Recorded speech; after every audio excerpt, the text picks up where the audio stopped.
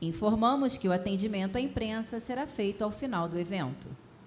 Compõe a mesa de abertura as seguintes autoridades: o Ministro de Estado da Educação, Milton Ribeiro; o Secretário Executivo do Ministério da Educação, Victor Godoy;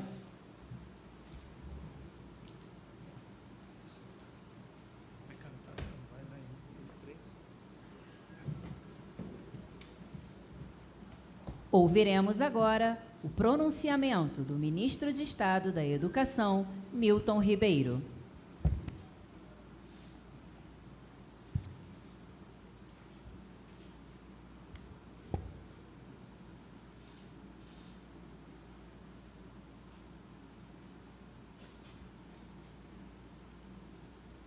Tenho reiteradamente dito nas minhas falas que esses anos de pandemia, os grandes protagonistas foram os médicos, os hospitais, os profissionais de saúde, e que após pandemia seria marcada por novos protagonistas, que seriam os professores, as escolas e os profissionais de educação. Isso tem guiado aqui as decisões maiores do MEC. Faço e peço licença para fazer, por ser um texto eminentemente técnico, de fazer a leitura, vou fazê-la pausadamente, para que a gente possa abordar todos os aspectos, todos os itens que vão nos interessar, sobretudo à sociedade brasileira e aos estudantes.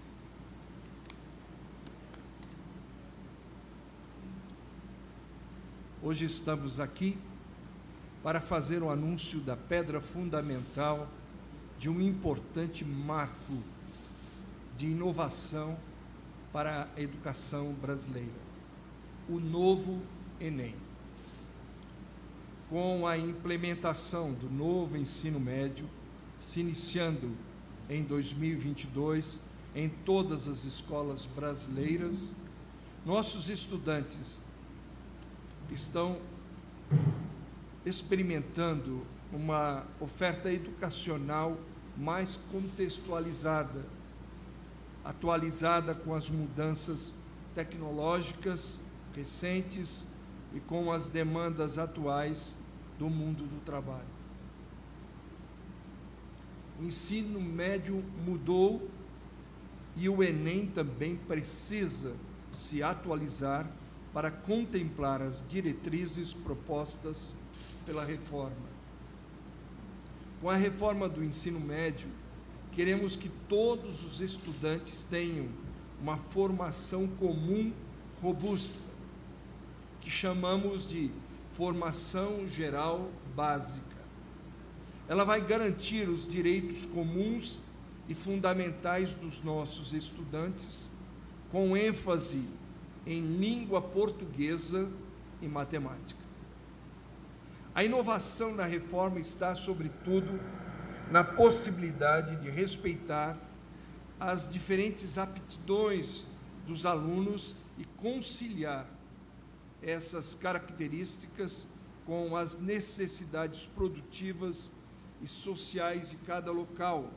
Tudo isso materializado no currículo e nas estratégias de ensino e aprendizagem. O novo ensino médio possibilita aos estudantes aprofundarem em áreas de maior interesse, que chamamos de itinerários formativos.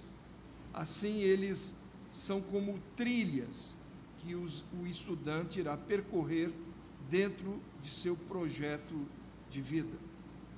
Cada estudante pode agora se aprofundar em áreas que ampliam suas possibilidades de seguir os estudos no nível superior ou de iniciar uma carreira técnica, acrescentando uma experiência mais prática ao seu percurso formativo ao longo da vida. Faço aqui uma pequena observação.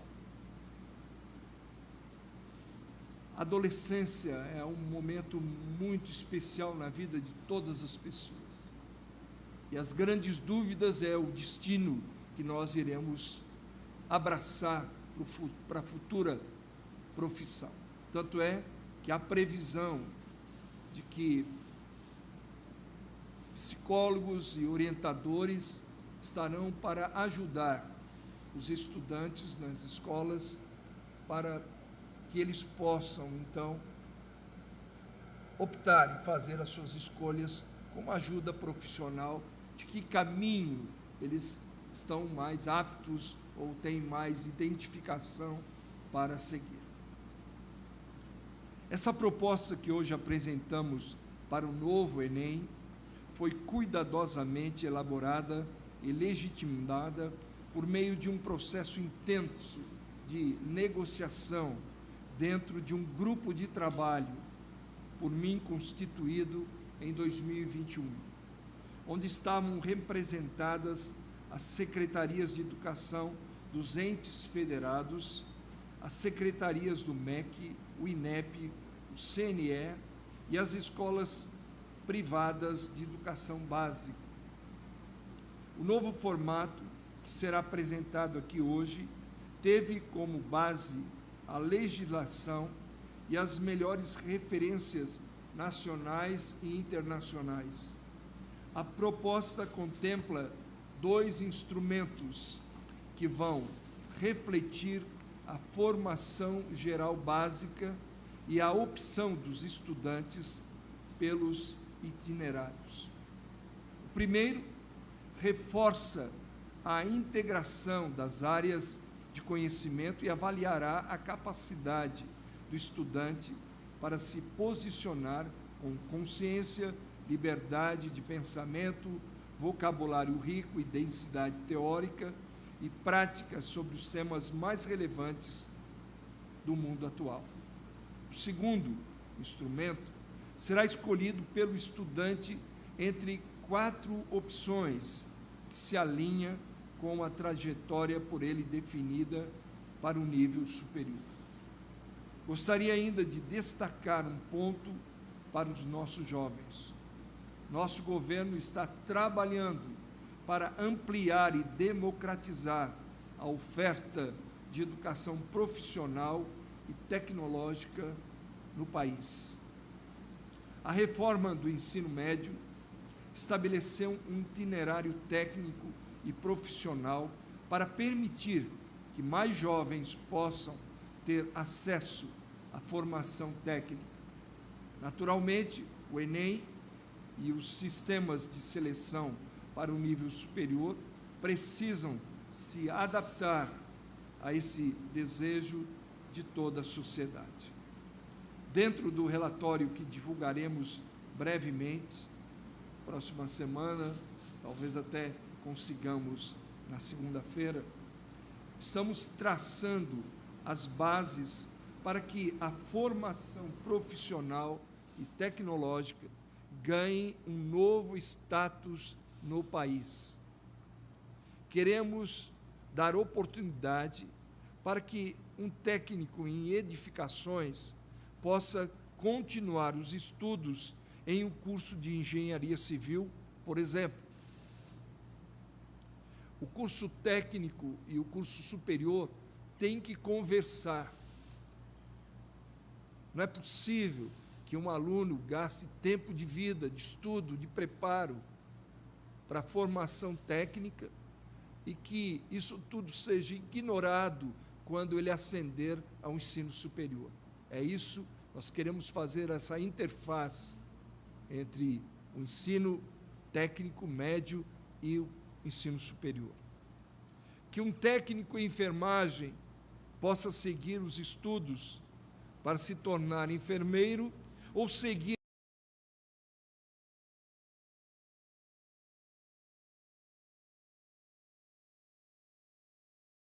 o Enem, terá uma bonificação. Isso é um ponto importante para os senhores perguntarem depois para a área técnica. Na sua nota, de acordo com a aderência entre sua formação técnica e o curso que deseja fazer no nível superior. O Enem precisa acompanhar a evolução da educação brasileira, das avaliações internacionais e da reforma do ensino médio. A mensagem final que trazemos é que o novo Enem valorizará ainda mais a capacidade de reflexão. O modelo aqui apresentado contempla a flexibilidade curricular, permitindo que as aptidões e as escolhas de nossos jovens sejam consideradas. Os estudantes que escolherem a formação profissional e tecnológica durante o ensino médio estarão ainda mais próximos do seu ingresso no ensino superior. Quero agradecer a presença de todos e gostaria de deixar a oportunidade para que os técnicos que labutaram e elaboraram o tema, que eles pudessem estar prontos agora a responderem as perguntas mais detalhadas que, eventualmente, os senhores tenham. Muito obrigado a todos.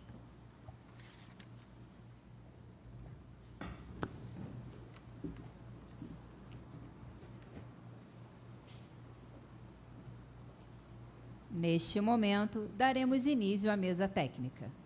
Compõe a mesa técnica: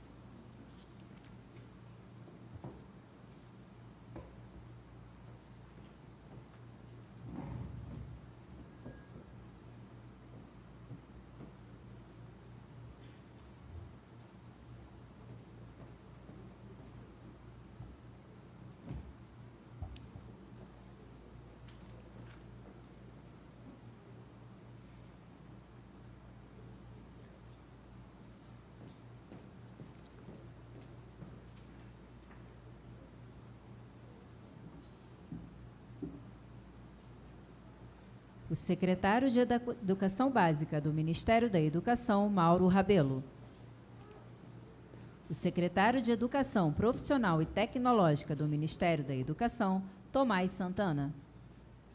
O secretário de Educação Superior, Wagner Vilas Boas. O presidente do Instituto Nacional de Estudos e Pesquisas Educacionais, Anísio Teixeira, INEP, Danilo Dupas. Permanecendo o secretário executivo do Ministério da Educação, Victor Godoy.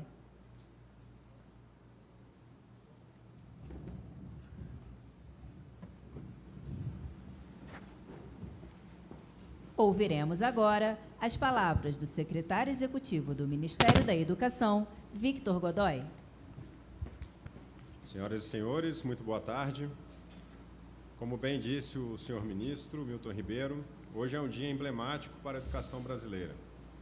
Dia em que anunciamos as definições e diretrizes para o novo Exame Nacional do Ensino Médio, o Enem. Todos os anos, milhares de estudantes brasileiros fazem a prova do Enem, exame que é considerado a principal porta de entrada para o ensino superior no Brasil e no exterior. O Enem tem sua relevância cristalizada e, com base no desempenho obtido no exame, é possível pleitear vagas em universidades públicas e privadas de todo o país por meio do SISU, Sistema de Seleção Unificada, e do ProUni, Programa Universidade para Todos, além do Fundo de Financiamento Estudantil, o FIES. Mais do que uma prova, o Enem representa uma oportunidade de mudança de vida, abrindo novos caminhos para conquistas pessoais e profissionais. O Enem, que completará 25 anos em 2023, passou por algumas reformulações ao longo de sua história. agora apresentamos mais uma mudança estrutural no exame. A mudança é consequência direta da reforma do ensino médio, que instituiu uma nova organização para o currículo dessa etapa da educação, implicando a necessidade de uma adaptação no Enem. A implementação do novo ensino médio iniciou de forma gradual no início deste ano nas mais de 29 mil escolas de ensino médio no Brasil, devendo estar integralmente implementada até 2024. Portanto, as modificações no Enem devem respeitar esse mesmo limite de prazo. O novo ensino médio se baseia na flexibilidade curricular, na diversificação, na interdisciplinaridade e na valorização da educação profissional e tecnológica, pressupostos que têm que ser considerados no novo Enem. As discussões para a proposição do novo formato do exame iniciaram-se em julho de 2021, quando foi instituído um grupo de trabalho por meio da Portaria 411, com representantes das secretarias do MEC, a Secretaria Executiva, a Secretaria de Educação Básica, a Secretaria de Educação Superior, a Secretaria de Modalidades Especializadas da Educação, a Secretaria de Educação Profissional e Tecnológica, além do Instituto Nacional de Estudos e Pesquisas Educacionais Anísio Teixeira, o INEP, do Conselho Nacional de Educação, CNE, do Conselho Nacional de Secretários Estaduais de Educação, CONSED, e da União Nacional dos Dirigentes Municipais de Educação, a Undime, e da Federação Nacional de Escolas Particulares, a FENEP. Pensar no novo formato do Enem foi um desafio, especialmente no que se refere aos itinerários formativos, que são a parte flexível do currículo.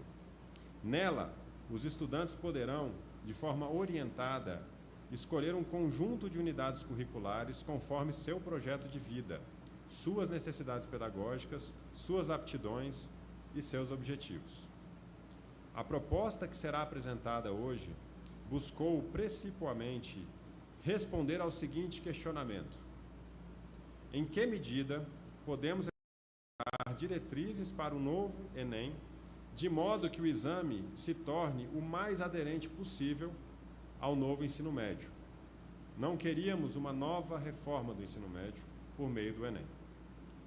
Como destacado pelo ministro, o exame será constituído de 2 instrumentos, um comum a todos os participantes, para avaliar as competências e habilidades da formação geral, conforme a BNCC, com ênfase em língua portuguesa e matemática. O outro irá avaliar os itinerários formativos, de acordo com o percurso e a direção desejada pelos estudantes para a sua formação superior.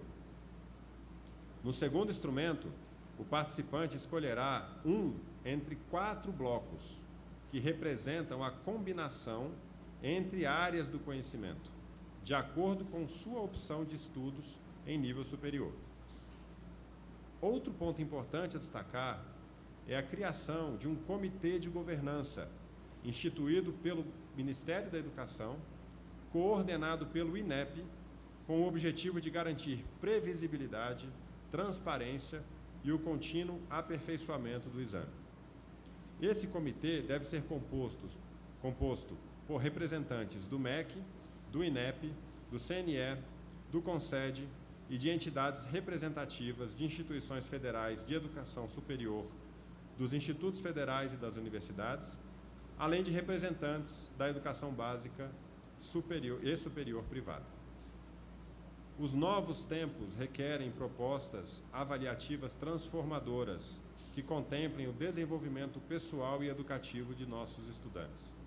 O novo Enem é a concretização dessa perspectiva. Muito obrigado. Neste momento, o secretário de Educação Básica do Ministério da Educação, Mauro Rabelo, fará a apresentação do novo Enem.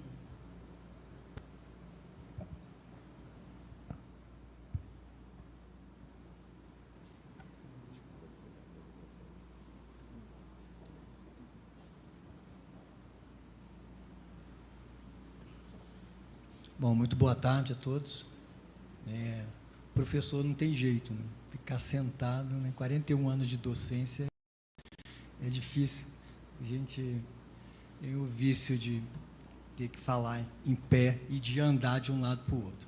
Mas acho que para dar maior clareza ao que o nosso ministro Milton Ribeiro, o nosso secretário executivo Vitor Godoy já apontaram, então nós preparamos aqui uma apresentação que acho que elucida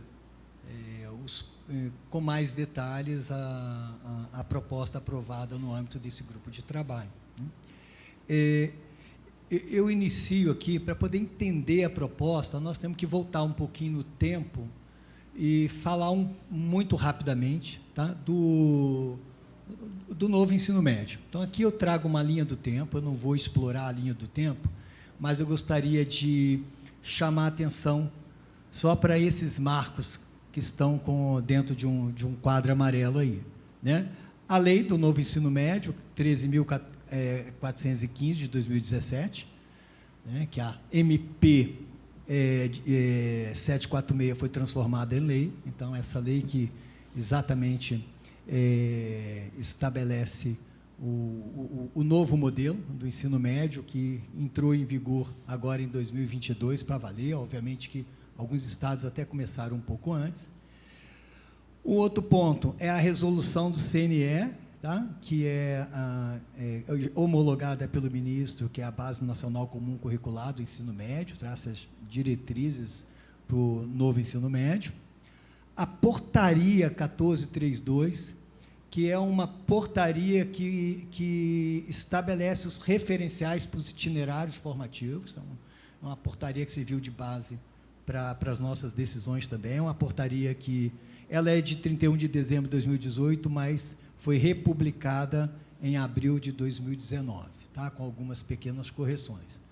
A portaria que já foi citada aqui pelo secretário Vitor, a 411, que institui esse grupo de trabalho, que é uma portaria de junho de 2021, e uma portaria do MEC 521, que estabelece todo o cronograma de implementação dessas ações, divulgada, então, no ano passado. Então, esses eu acho que são marcos, os outros todos são marcos importantes, mas esses são os que, de fato, serviram de base para a nossa tomada de decisão dentro do grupo de trabalho, tá? A lei do novo ensino médio, ela estabelece mudanças estruturantes, né, ao aumento da carga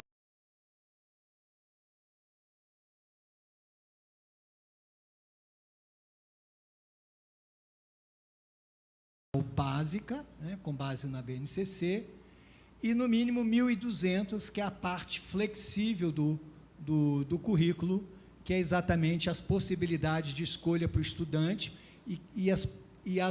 a partir das ofertas que a escola, né, que a rede vai fazer para ele escolher os itinerários formativos, né, alinhados, como foi muito bem mencionado pelo nosso ministro, pelo secretário, com o seu projeto de vida. As principais mudanças, né? Vamos lá. Então, a implementação da base, da BNCC, a oferta dos itinerários formativos por áreas de conhecimentos, mais a formação técnica e profissional, tá? Não é o modelo anterior, o modelo em que o aluno pode escolher a formação técnica e profissional já desde o primeiro ano. A ampliação da carga horária, a ampliação das matrículas na formação técnica e profissional, o apoio ao projeto de vida do estudante e o incentivo à ampliação às matrículas em tempo integral. Esse é o desejo, né? Um desejo nosso é que, de fato, a gente possa, ao longo do tempo, ter os nossos estudantes, como em diversos países, né, isso ocorre em tempo integral. O censo da educação básica do último censo, 2021, são mais de 29 mil estabelecimentos de ensino médio, né, 20.607 públicos, dos quais 19.824 são estaduais, tá? A oferta, matrícula, são 7.770.000 alunos no ensino médio, sendo 84,5%, quase 85% na rede pública estadual. Então, a gente vê que a rede pública estadual responde por, né, a esmagadora maioria das matrículas do ensino médio. Então, esse é um interlocutor extremamente importante quando a gente vai falar de um exame, né, que avalia a formação no âmbito do ensino médio. Então, o CONSED teve um papel extremamente relevante, tá, nas decisões tomadas no âmbito desse grupo de trabalho. Tá? Esse aí é o universo das escolas que a gente trabalha estaduais, é a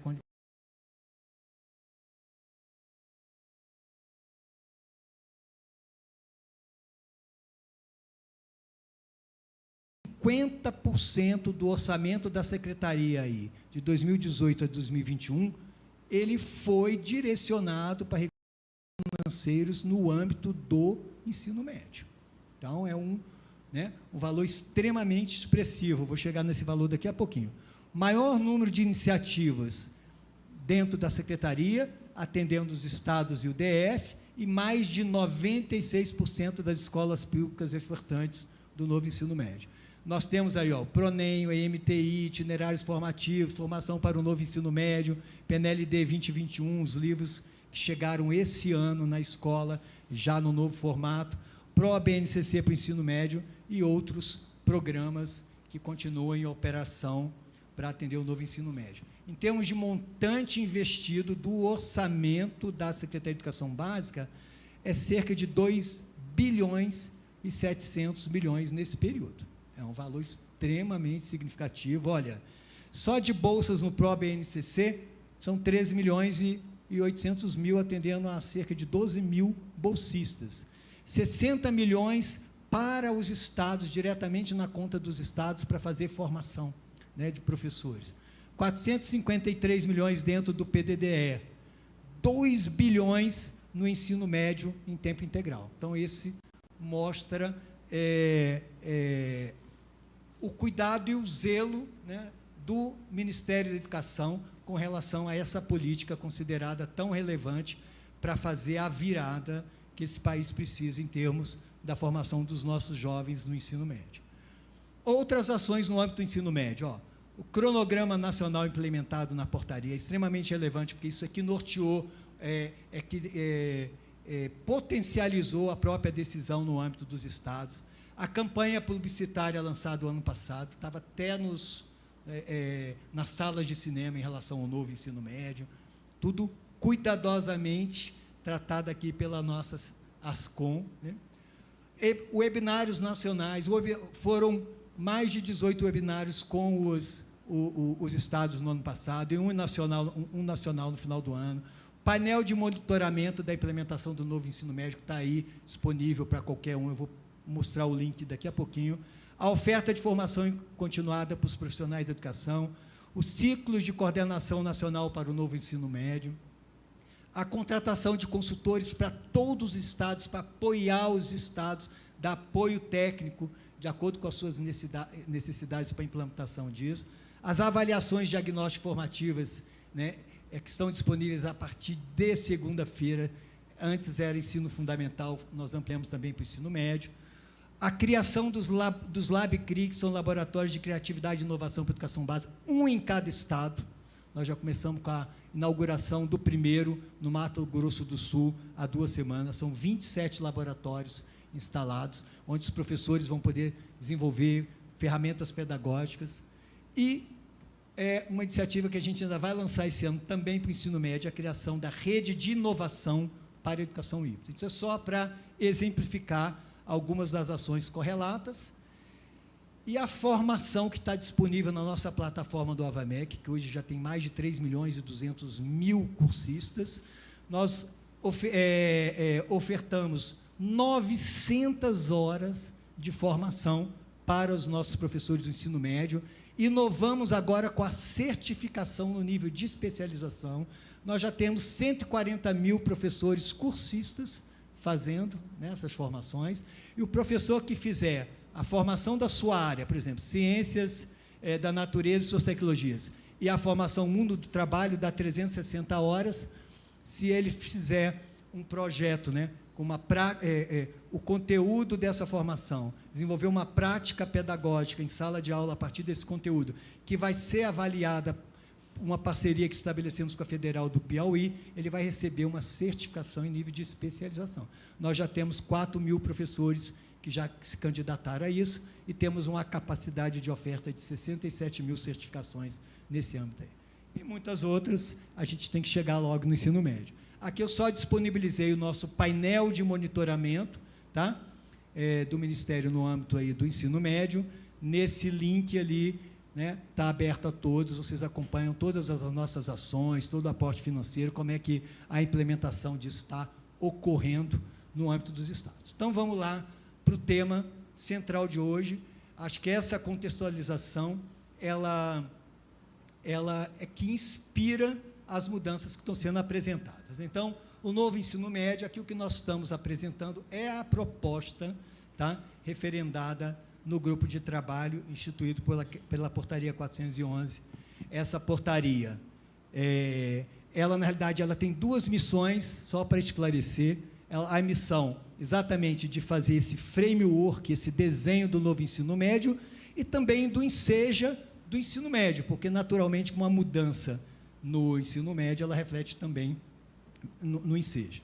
Nós trabalhamos até o momento no Enem, tá? Então, ainda temos o documento que nós vamos disponibilizar, ele é relativo apenas ao Enem, o enseja é a próxima etapa de discussão do grupo de trabalho. Essa é a composição do grupo de trabalho, e acho que o nosso secretário Vitor já mencionou isso, tá? A resolução 3 do CNE 2018, que atualiza as diretrizes curriculares nacionais de ensino médio, ela é extremamente importante. Eu selecionei aqui alguns artigos que eles, de fato, balizam as decisões. Uma decisão do Ministério da Educação, ela tem que estar refletida nos próprios normativos, né, criados pelo Ministério para isso. Então, essa tem que ter aderência a esses normativos. Então, essa resolução, por exemplo, ela diz que o Enem será realizado em 2 etapas, terá como referência a BNCC e o disposto nos referenciais para a elaboração dos itinerários formativos. Então, essa é a base onde a gente se inspirou para poder criar 2 instrumentos. O estudante inscrito no Enem escolherá as provas do exame da 2ª etapa, de acordo com a área vinculada ao curso superior que pretende cursar. Então, a gente tem que olhar para os cursos de graduação, para aí a presença da CESU e da CETEC no grupo de trabalho, tá?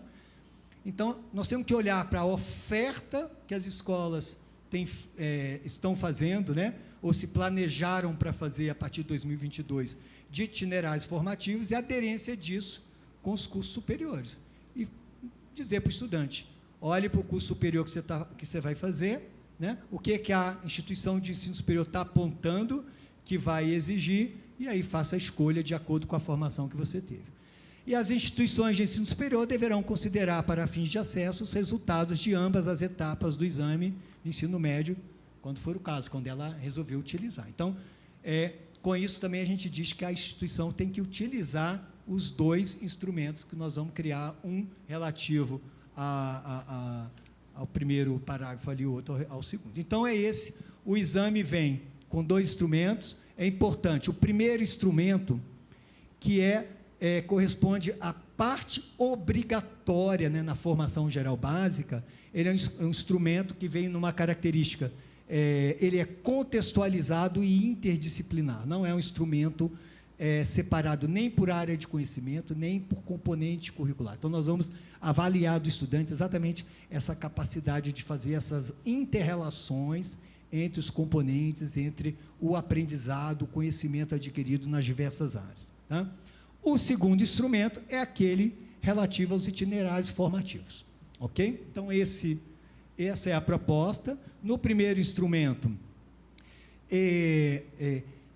tem que ficar claro que a execução do Enem, ela compete ao INEP, né? A presidência do INEP está aqui exatamente para isso. O grupo de trabalho, ele tinha o objetivo, a missão de fazer esse desenho, né? A gente sempre, o framework da avaliação. Então, é isso que a gente fez, o detalhamento, a operacionalização disso, no âmbito do Ministério da Educação, é de competência do INEP.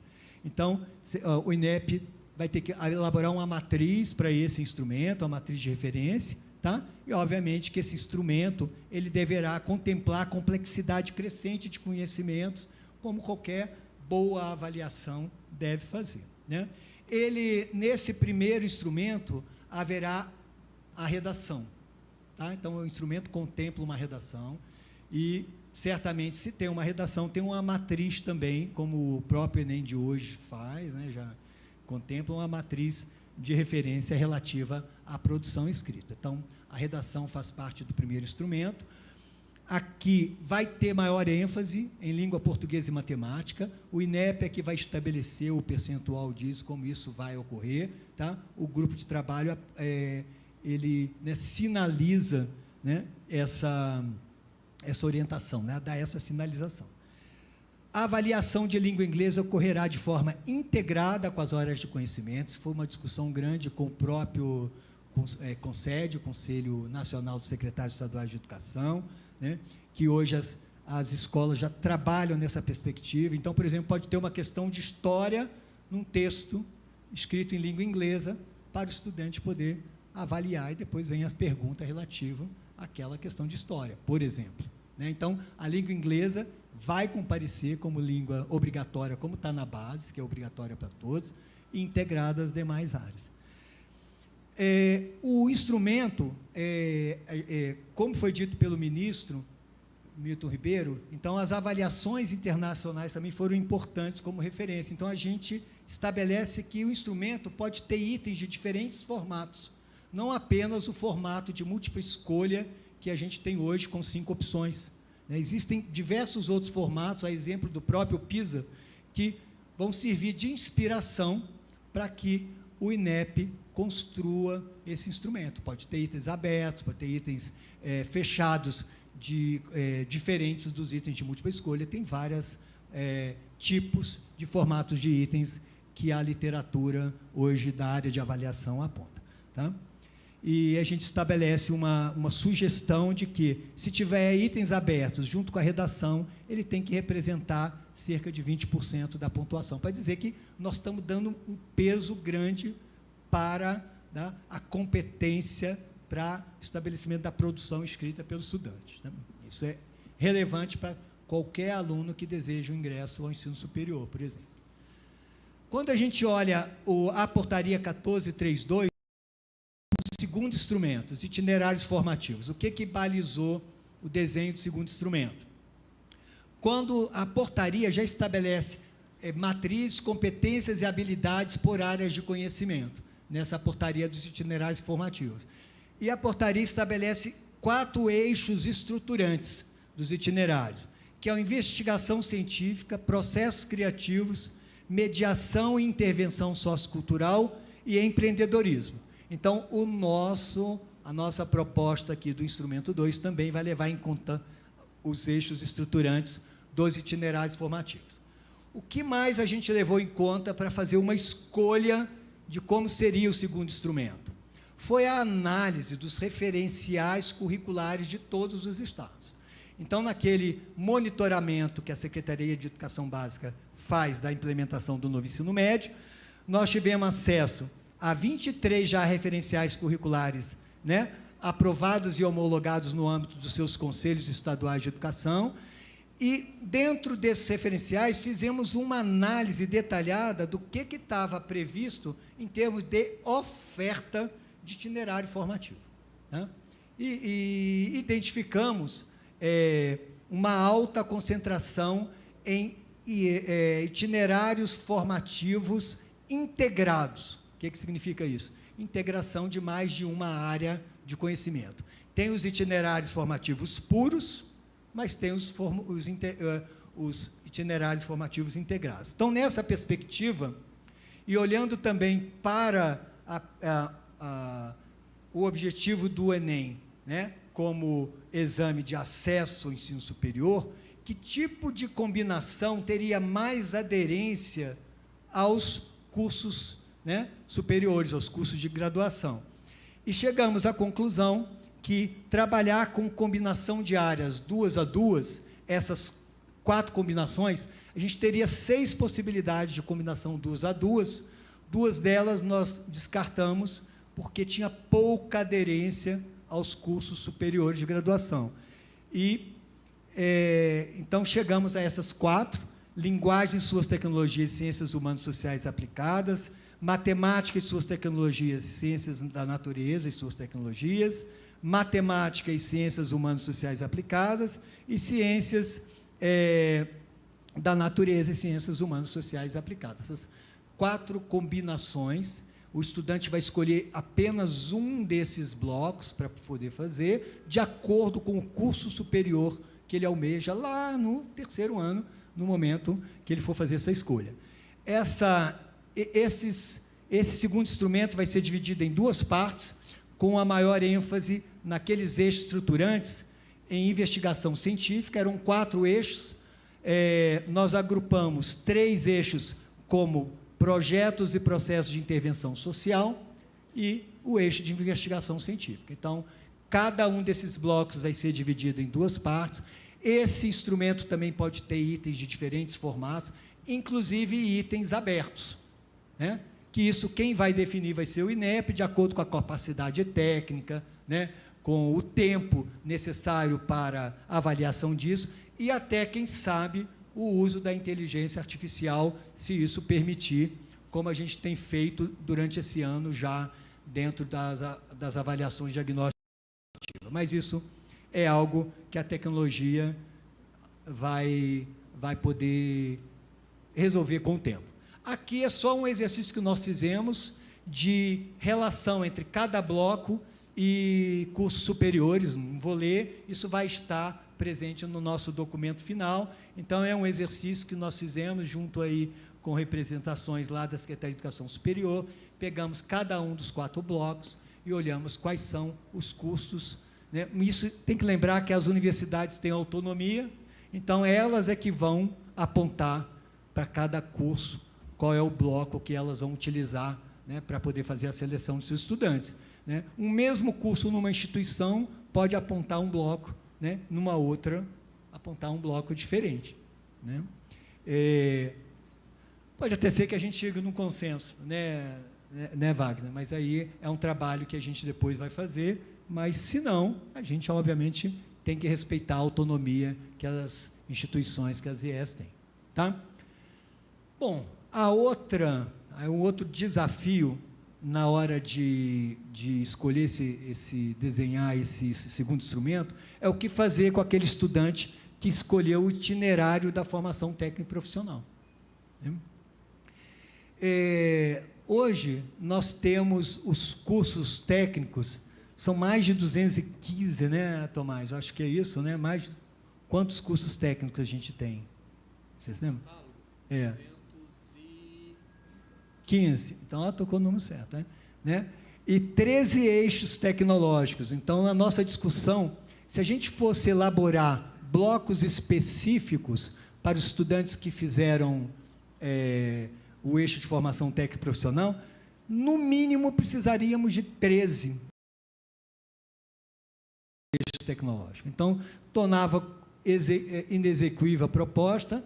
Então, a discussão ela avançou bastante, né? Nós já temos aí uma história de utilização pelas nossas IES da bonificação. Um exemplo claro disso é o bônus regional, né? A própria Universidade de Brasília, sou professor da Universidade de Brasília, durante muito tempo, quando a universidade abriu os novos campi aqui nós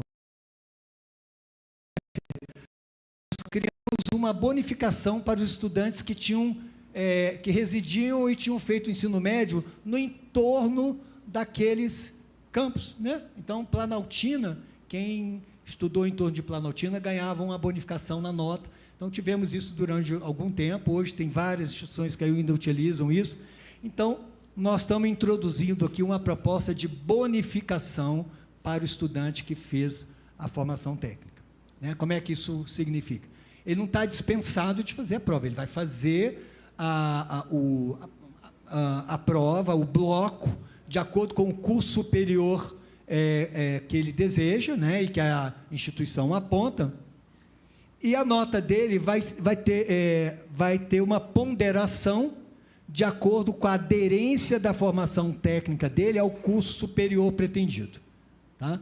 Então, o MEC vai preparar, tá, uma tabela sugestiva de ponderação. Lembra que tudo que a gente faz no âmbito da educação superior, a gente sugere, e daí as instituições de ensino superior vão lançar a mão daquela proposta ou fazer algo, né, diferente. Mas nós vamos fazer isso. Então, essa é a proposta para valorizar aquele estudante que escolheu a formação técnica, mas quer verticalizar e quer, de fato, ir para a educação superior também. Então,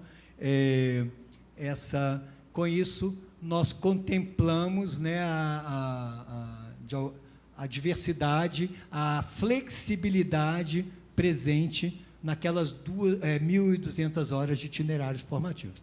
E depois, aí, o nosso documento vai trazer algumas observações sobre as IES, algumas observações sobre o sistema de seleção, né, o SISU, o ProUni, o FIES, que, obviamente, que toda mudança que está sendo apontada aqui, os nossos sistemas vão ter que ser adaptados para isso, né? E uma coisa importante é que as IES vão ter que dar publicidade, ampla publicidade, como já acontece hoje no âmbito do SISU, as suas decisões de seus conselhos, seus colegiados, em relação a pontuações, em relação a notas mínimas, pontos de corte, etc., que elas estabelecem para acesso ao ensino superior. Então, eu acho que, só para finalizar, conforme mencionou o secretário Vitor, nós vimos nos nossos estudos sobre os processos internacionais a frequência de sempre haver um comitê de governança, né? Então, várias experiências de outros países. Então, nós trouxemos isso para dentro do Enem, a criação pelo Ministério de um comitê de governança, que vai ser coordenado pelo INEP, e que, em princípio, né, vai ter representações aí das entidades que têm relação direta com a temática, né, de avaliação ao final do ensino médio e seleção para a educação superior. Então, vamos apontar algumas expectativas em relação a esse comitê, mas só vou mencionar uma para terminar, que esse comitê vai fazer um plano de ação de implementação, tá? Obviamente que isso, né, sob a coordenação do INEP, da implementação, da elaboração das matrizes, dos bancos de itens, e vai avaliar, né, com uma certa periodicidade a atualização da matriz ou do próprio desenho dos instrumentos, para que a gente não espere tantos anos para revisitar isso. Tendo esse comitê vai poder atualizar, né? Vou dar um exemplo. O CNE aprovou recentemente uma resolução que ainda vai vir para homologação pelo Ministério, né, sobre a inclusão do pensamento computacional na base, né, a partir desde o ensino fundamental até o ensino médio. Então, em algum momento, a gente pode querer a inclusão de algo nesse sentido dentro da avaliação. Então, o comitê vai fazer esse trabalho de atualização com uma certa regularidade da matriz. Então, acho que aqui acho que eu termino e volto para a mesa para a gente tirar eventuais dúvidas aí. Obrigado.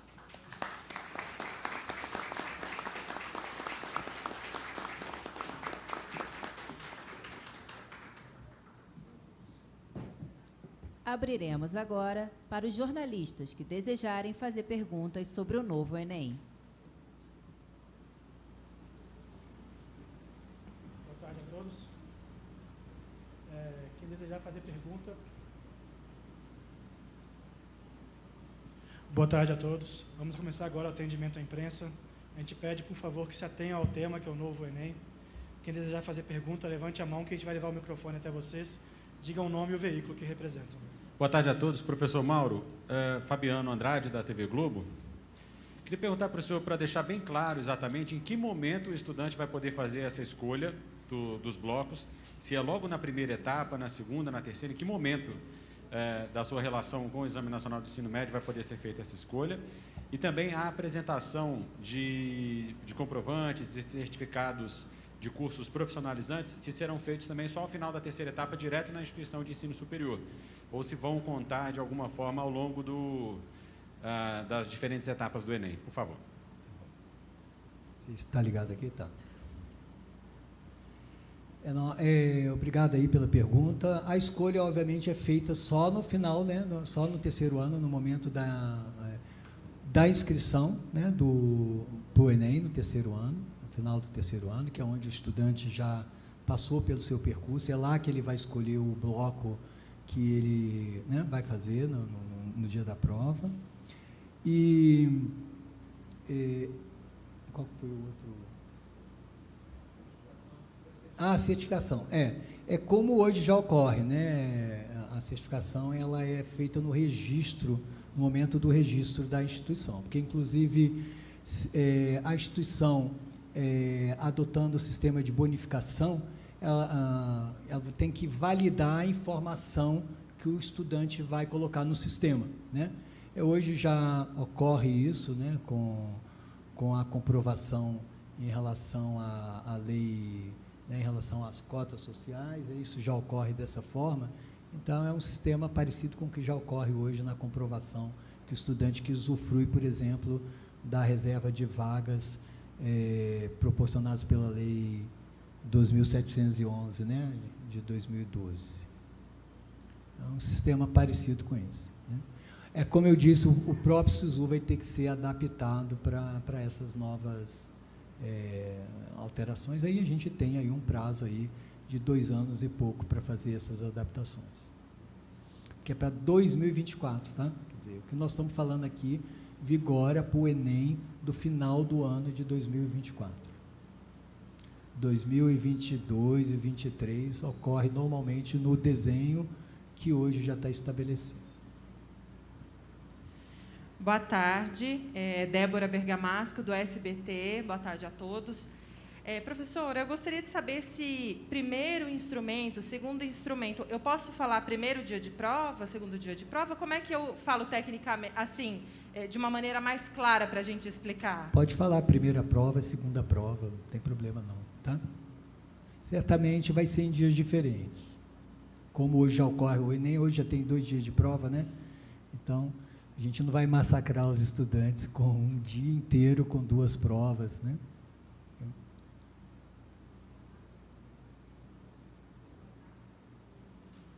Boa tarde. Agora sim. Boa tarde, Carla Lucena, da Globo News. Eu gostaria de saber como é que vai ficar a reformulação das questões. A gente sabe que o INEP ele tem um banco de questões ali, e como é que isso se dará? Esse processo de 2 anos também se fará uma reformulação? A gente já sabe que as questões ali também já estavam até assim, com poucas questões. Como é que se dará esse processo de reformular, até porque estão prevendo, inclusive, questões que vão ser discursivas? Como é que vai ser toda essa reformulação em relação às questões abordadas no Enem? Obrigado pela pergunta. Em relação a esses aspectos mais operacionais da execução do exame, a gente tem que lembrar agora que está sendo criada essa comissão, uma comissão com a participação, né, de todos os atores envolvidos nesse processo da avaliação. E esses aspectos operacionais e técnicos, eles continuarão sendo de competência do INEP e serão definidos juntamente pelos estudos agora que se seguem, né, com essa definição das diretrizes. Agora o INEP recebe, naturalmente ele participou também do grupo de trabalho, ajudou a construir, né, mas agora ele recebe, então, a partir do momento que a gente estabelece esse novo formato, ele recebe essa missão agora, que já é do INEP hoje, de dar as consequências, então, operacionais para realizar o exame. Então, essas questões de definição de questão, banco de questões, o modelo ele não altera fundamentalmente e necessariamente o que já acontece hoje, né? Naturalmente, todas as questões que serão elaboradas terão que seguir essas novas diretrizes, o olhar para os itinerários, essa segunda parte da avaliação. Então, não existe uma alteração necessária por conta dessa definição desse novo modelo, e isso ainda vai ser um objeto de discussão nesses próximos anos, aí, até que esse novo modelo seja, de fato, implementado. Boa tarde a todos. Melissa Duarte, Jornal Globo. Minha pergunta é para o professor Mauro. O senhor explicou que no primeiro dia de provas, né, as questões abertas e a redação, elas deveriam corresponder a 25% da nota da prova daquele dia. E as demais áreas de conhecimento, segundo dia de provas, por exemplo, que o estudante vai escolher, como é que isso vai ser contabilizado? Obrigada. Bom, dentro do grupo de trabalho, a gente julgou que essa parte técnica, né, o valor de cada um dos instrumentos, ela seria da competência do INEP estabelecer. A gente só resolveu, de fato, apontar algumas recomendações. Então, uma recomendação que no primeiro dia, né, dá um peso grande para a produção escrita, para a redação. Então, no fundo, aquele percentual só tem ele está como sugestão, né, só tem essa intenção de dizer que deve ser dado um peso razoável para a parte da produção escrita, né? Se tiver, então, como nós apontamos itens de diferente formato, tiver outros itens discursivos, de resposta curta, por exemplo, isso deve ser contabilizado de modo a ter cerca de 25% da nota ser relativa, né, a esse grupo. É que tem a competência técnica para fazer isso.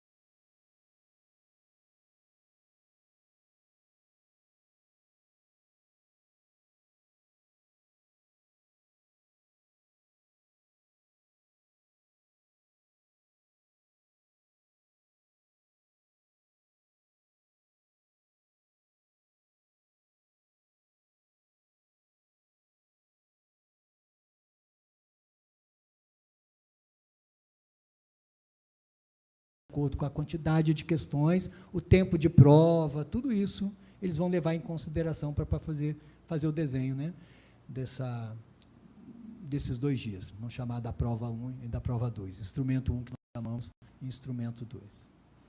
Ok?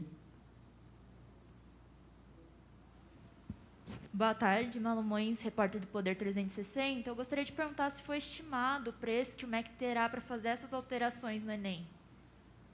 Não compete ao grupo de trabalho, né? Acho que, na realidade, assim,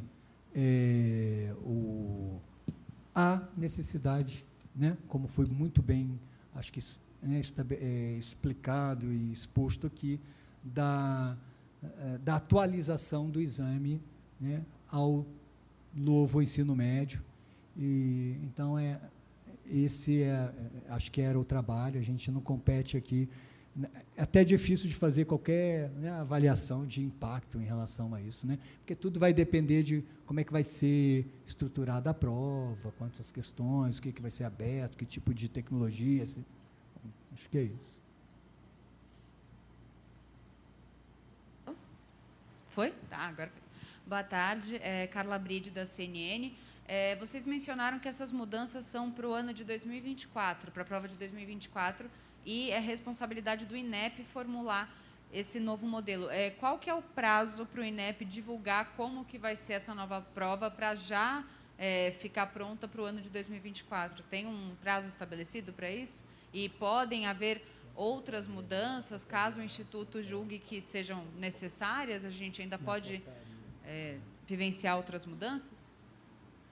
A portaria nossa aqui do Ministério, ele estabelece um cronograma da divulgação das matrizes, né? Porque acho que o ponto principal hoje para os nossos estudantes era saber como é que seria avaliada a questão dos itinerários para as redes, né? Acho que é por isso que nós estamos anunciando no início do ano escolar de 2022, era uma expectativa que o Ministério fizesse isso agora, né?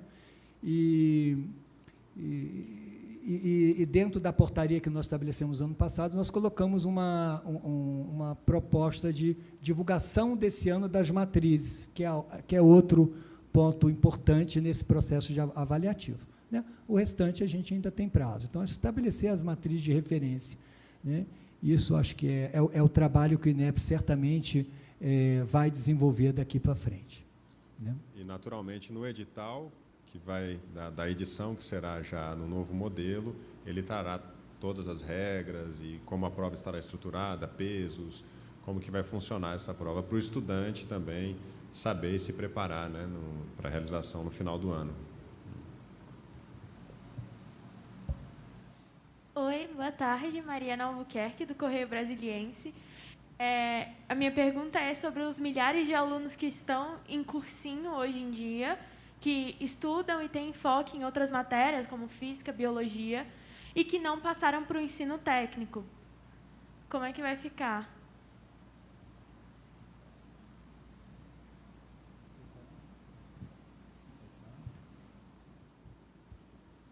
Naturalmente, toda transição ela traz um grupo de pessoas que vai precisar passar por essa adaptação. Tem 2 anos ainda para que isso possa acontecer. Esses estudantes, se eles, inclusive, tiverem o interesse de adentrar, escolher um itinerário, uma certificação no ensino técnico profissionalizante, eles podem procurar as redes ofertantes.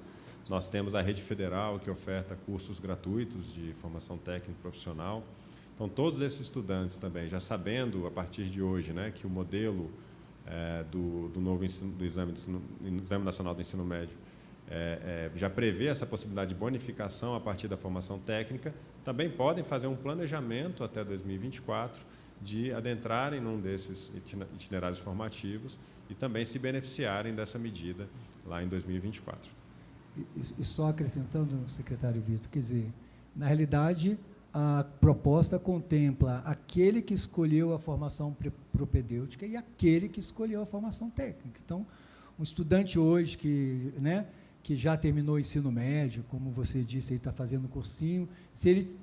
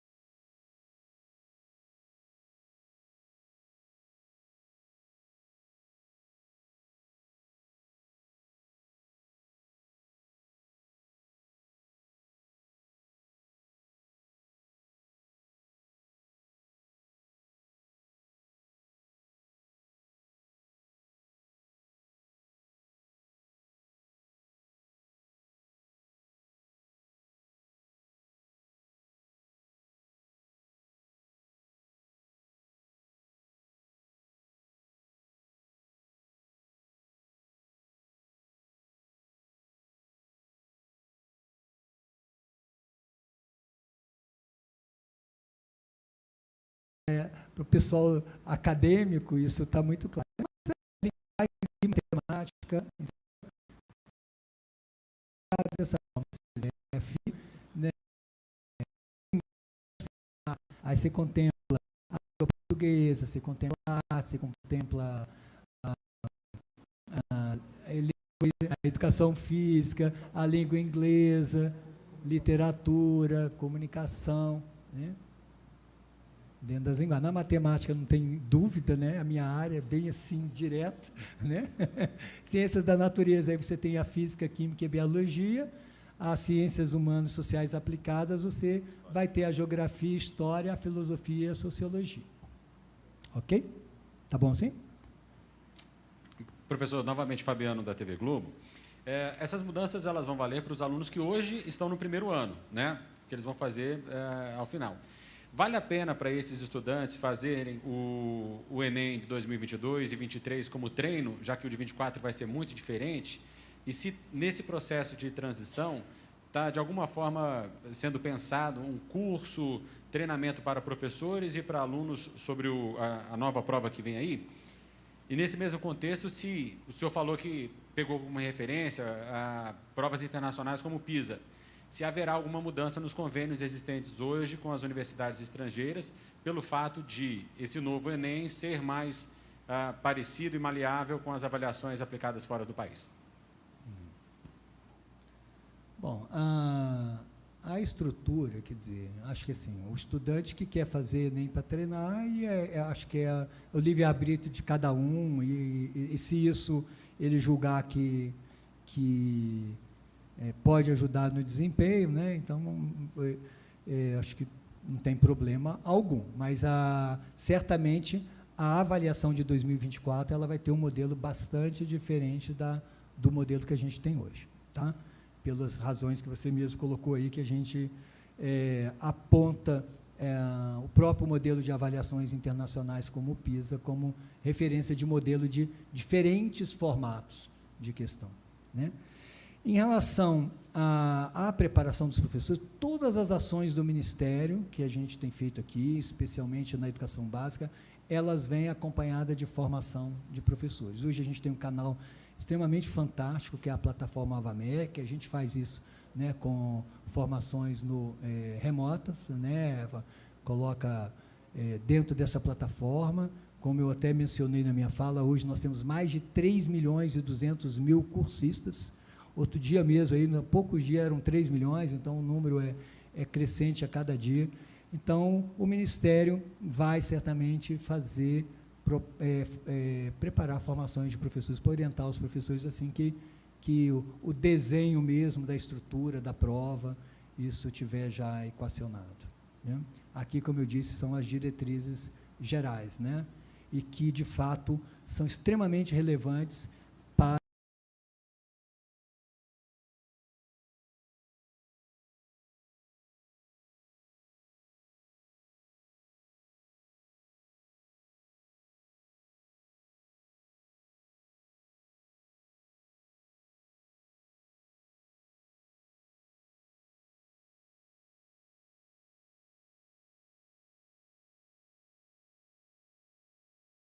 do ano.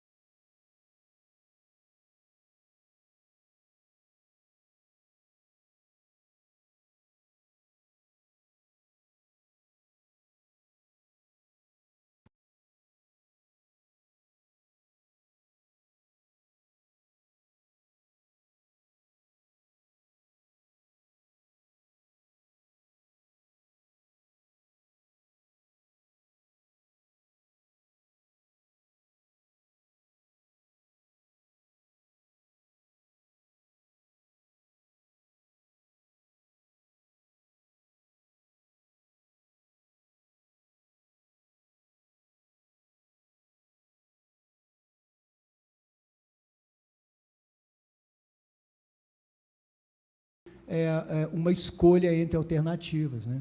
Pode ser um modelo, às vezes, quando a gente fala diferente, que são todos de Brasília, a UNB tem aquele grupo B que a gente chama. O resultado é um resultado numérico entre 000 e 999. Qual a chance de acerto ao acaso nisso? É muito baixo.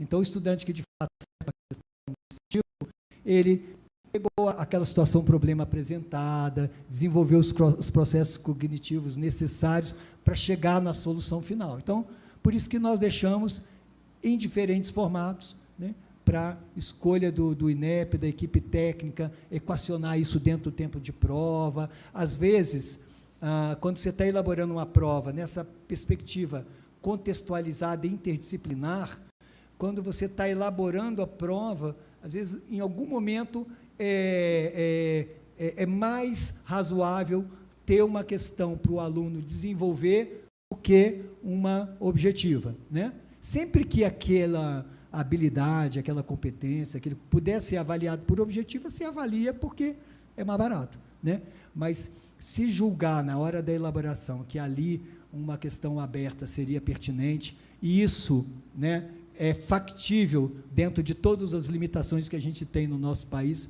no gigantismo que tem o Enem, aí o INEP certamente vai colocar. Então, pode ter uma questão de resposta construída pelo estudante, que é o que a gente chama de itens abertos aí. Ok? Mais alguma pergunta?